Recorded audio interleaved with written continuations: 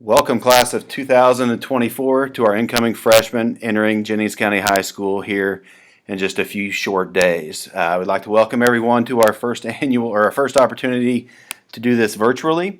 Unfortunately, typically we have our incoming freshmen in the building in person, but we're going to do our best today to provide you an overview and a similar experience to what we typically give our students, but it will be online today instead of in person. To start off with, we'd like to introduce our first four people that you may come into contact with here at the high school. It's our administrative team.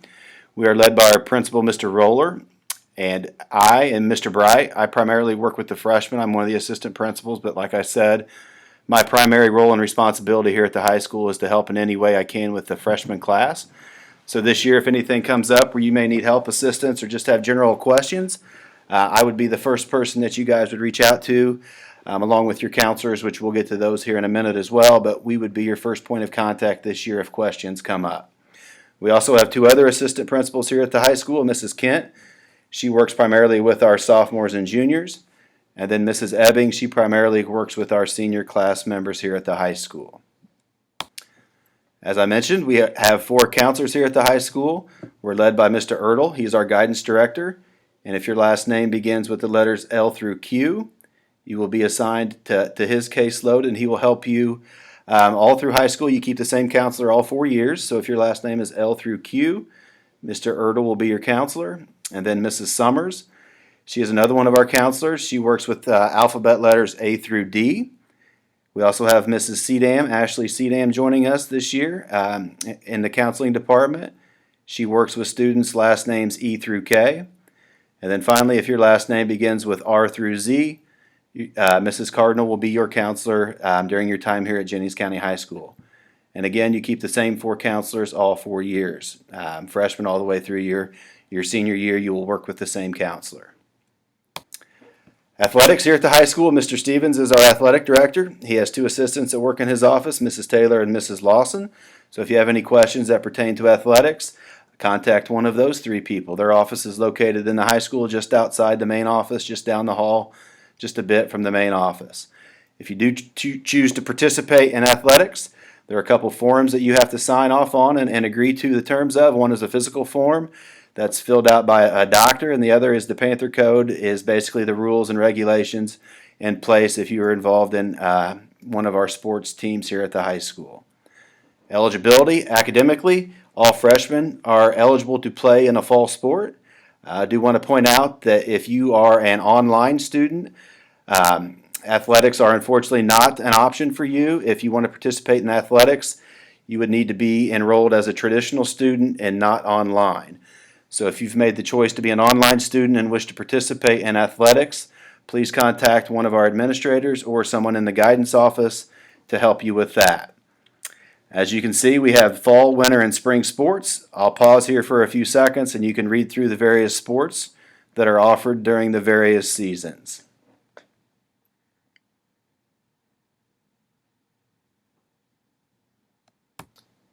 Okay, next up, we are fortunate enough to have Officer Matt Staples here as our school resource officer.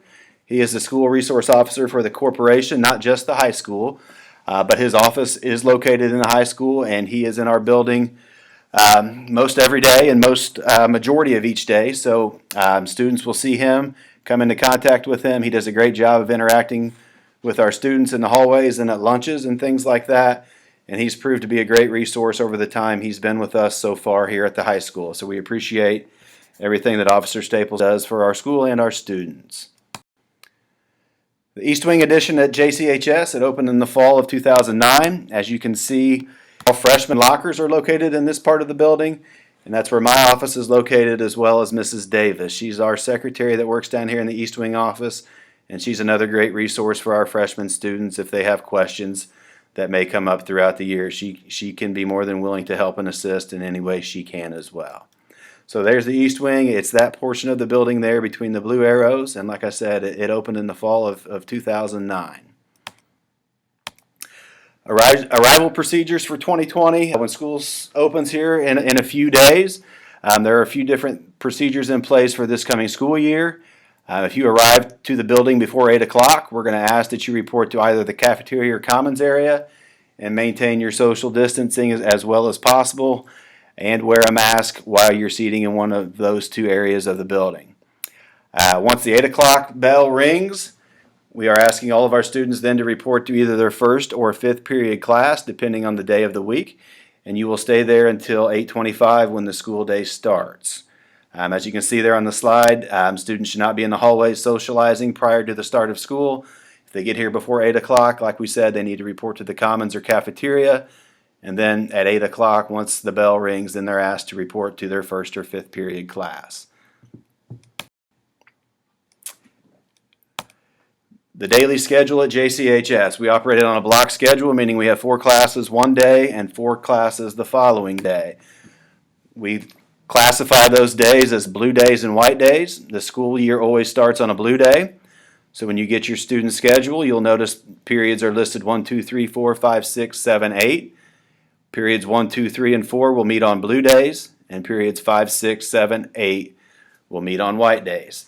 And as you can see there on the slides, the class periods are approximately 78 minutes in length, and you have roughly a 7-minute passing period between classes to get to your next class. And again, we always start the school year on a blue day, so when we open up school, we will start with periods 1, 2, 3, and 4 on the first day of school, followed by periods 5, 6, 7, 8 then on the second day, which leads us to our next slide, which is a white day. The times are the exact same.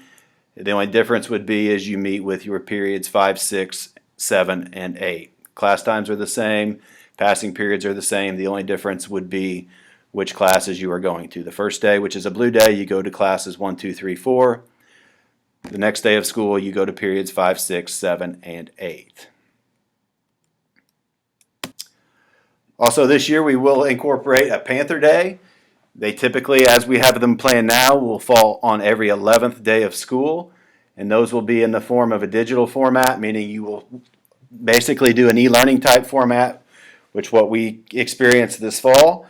You will meet all 8 classes that day, periods 1, 2, 3, 4, 5, 6, 7, 8, and more information will be coming on Panther Days, as this is a new thing for our school this year. So we have some points there to keep in mind. Students may or may not be on campus during their depending on their academic stance or individual needs.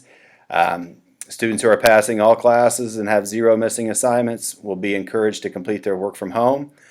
As you can see there on the next slide, students who need academic support will be encouraged to attend school in order to receive necessary and in-person instruction and remediation. But the school building will remain open to all students, and lunch will be served, and all of our staff will report as normal on a Panther Day. Dot number 4 on this one we want to point out is also an option for all students, as it should be particularly useful for students who rely on school transportation for sports or after-school activities. So if that is something that your student would need, keep in mind that they could still report to school that day if needed for the transportation purposes for after-school events. Lunch here at the high school, we have 4 designated areas. This is a new thing due to the COVID situation that we are in. Typically we just eat in the commons and cafeteria, but this year we've had to expand that to try to spread our students out more.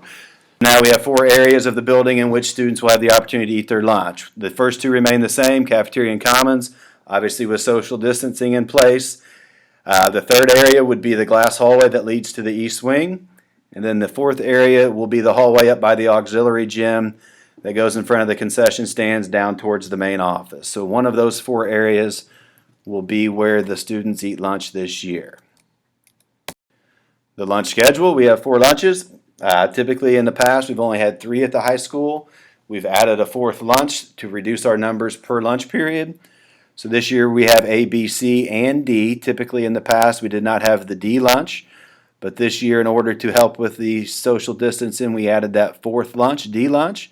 So this year we will have 4 lunches here at the high school. They're all 30 minutes in length. There's 4 different lunch lines, 3 that funnel through the cafeteria, and then 1 in the commons area. Lunch is based on your 3rd and 7th period teacher, depending on the day, and we'll cover that here in a moment. Once we go through a couple more slides, we have a sample schedule of what that will look like. So keep this thought for a second as we move to the next slide.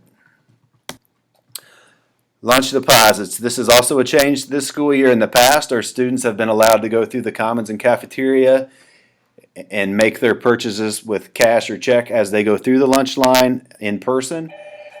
Unfortunately, this year that is not going to be allowed. Deposits will be taken in the bookstore in the morning, and students will follow the same procedure in the past as they have in the past. They can fill out the lunch slip with their account number and their form of payment and submit it to the bookstore. Or the other option would be when students report to their first or fifth period class, as we mentioned earlier, at 8 o'clock. The school day doesn't start till 8:25, so during that 25-minute window when they're in their first or fifth period class, their teacher will also have a lunch envelope in their classroom that they can fill out deposit slips and enter and put their money with it to be collected by the bookstore once the school day has started. And also deposits can be made online through Skyward as they have in the past. So just keep in mind that basically the change there is we're not going to be able to take money at the register as they've had in the past. Those deposits have to be made ahead of time. Here is the teacher lunch schedule I referenced earlier. So for instance, we said that your lunch was based on your third or seventh period teacher. So if on my third period, if Karen Chillman is my teacher, then I would eat B lunch because on this schedule, her name is under the B lunch column. And then on a white day, let's say I have Justin Sharp as my teacher, seventh period, then on white days, I would have D lunch. So it is possible that you may end up with the same lunch both days, depending on who your third and seventh period teacher are. Or it is also possible that your lunch may be different on blue and white days as well. So that's kind of unique to each individual student. So again, once you get your schedule, just pay attention to who your third and seventh period teachers are. And again, if you have, or your blue day lunch is based on your third period teacher, and then the lunch you would have on your white day would be dependent upon your seventh period, is how you keep that in mind.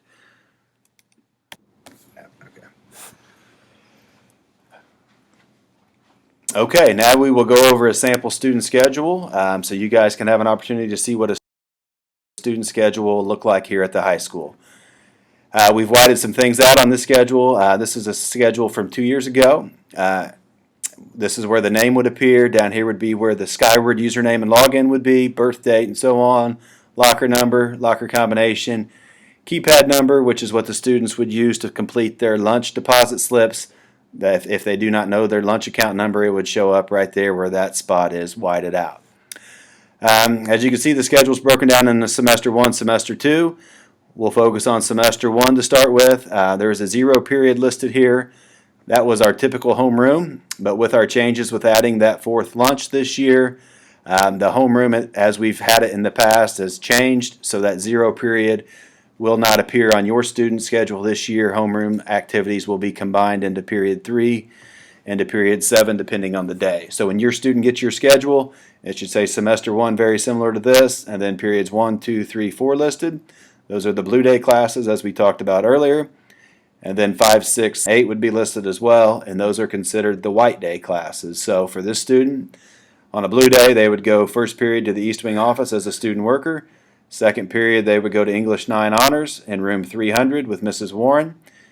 Then after that, third period, they would go to room 133 for German 2 with Mr. JCHS. Then they would end their day, period 4, in room 128 with Mr. Briggs. Then the following day, they would start their morning in period 5 with Jazz Band in the band room. Period 6, they would go to room 404 with Geometry Honors with Mr. Warnke. Followed by period 7 in room 302 with Mr. Stidham with Biology Honors. And then period 8 would be in the gym PE with Miss Guard. So that is a sample schedule of what you will see when schedules are ready for you guys here. Hopefully tomorrow when you log in at some point tomorrow afternoon, hopefully schedules will be visible and you can begin to see what your schedule will look like when school starts next week. Credits. Credits is a very important topic for high school students to grasp and understand. It's a new concept. Up until this point, students have earned letter grades and either been promoted to the next grade level or retained. At the high school level, that's the name of the game, as I mentioned earlier, because you have to attain and earn credits in order to make it here. That is a picture of our graduating class from 2 years ago.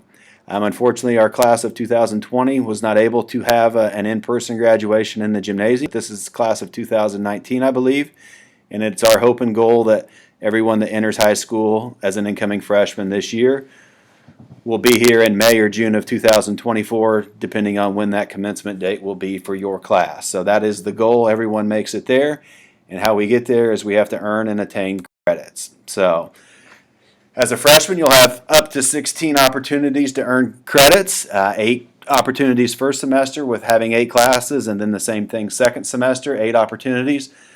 So for the year, 16 opportunities to earn credits.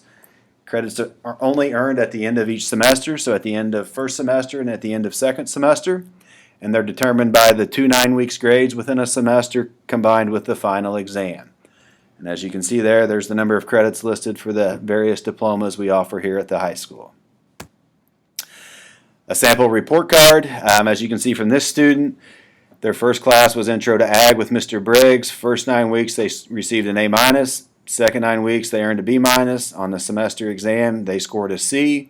So the average of that for the semester grade turned out to be a B. So the important thing to look at this sample here is this far column, because that is the column that determines whether or not credits are earned or not. But another thing to point out on this particular report card is why we chose it. If you notice on this second 9 weeks class for English 9 honors, they received an F. But when they added that together with the first 9 weeks with a D and a C on the semester exam, when it averaged out, it was still high enough to earn a credit with a score of a letter grade of a D. So if a kid has a 9 weeks that maybe they don't do as well as they had hoped, this is a clear example that they can still recover from that and still earn the credit, is why we wanted to point that out on this particular slide. The bus layout here at the high school, basically what we want our freshmen to know is to not panic or worry about finding their bus at the end of the day. Every year, the first week or so of school, we start our dismissal earlier than normal in order to allow ample time for students to locate their bus and not get left here at school. So that first week, we'll let out plenty early from our last period class to give students plenty of time to locate their bus. And then after about a week or so, we will probably start letting out on our normal time for dismissal. Typically what we found, it takes kids about a week, no more than a week, to get comfortable on locating their bus. So that first week, don't panic, don't worry about finding your bus, because we'll let you out plenty of time to find your bus at the end of the day. And again, we'll finish up here with a picture of our graduating class again, because as we mentioned, that's what we want every student to achieve and earn as they enter high school. We want that to be their goal, to make it across the stage and receive their diploma. So we wanted to kind of end it with that. And actually, there's one more slide. Extracurricular activities here at the high school. We offer a wide variety of different things. So try to find something here at the high school that you're interested in. We have something for you. I can almost assure you of that you would be interested in. So ask your teachers, talk to your counselors, talk to myself, talk to any of the adults in the building, and they can help steer you in the right direction to hopefully find something that you can find enjoyable and become a part of here at the high school. If you have any questions, you can feel free to call the school. There is our number, 812-346-5588. Or you can feel free to email me at any time at jbright@jcsc.org. Hopefully we see some of you in the building starting tomorrow, Thursday and Friday, walking around trying to get comfortable. If you happen to see me or anyone else in the building and have a question, I would encourage you to ask the question, because if it makes you feel better to ask the question, please do so. We'll be here. We want to help, but we can't read your mind. So if there's some questions you may have, let us know. If you want us to help you find your locker, find your classes, or anything like that, we'll be more than happy to do so. And I guess we'll end it with we're really excited that we're going to see you guys coming back here in a few short weeks. And we're excited, hopefully, to start seeing some of you in the hallway with your families tomorrow. And again, if you need anything, let us know.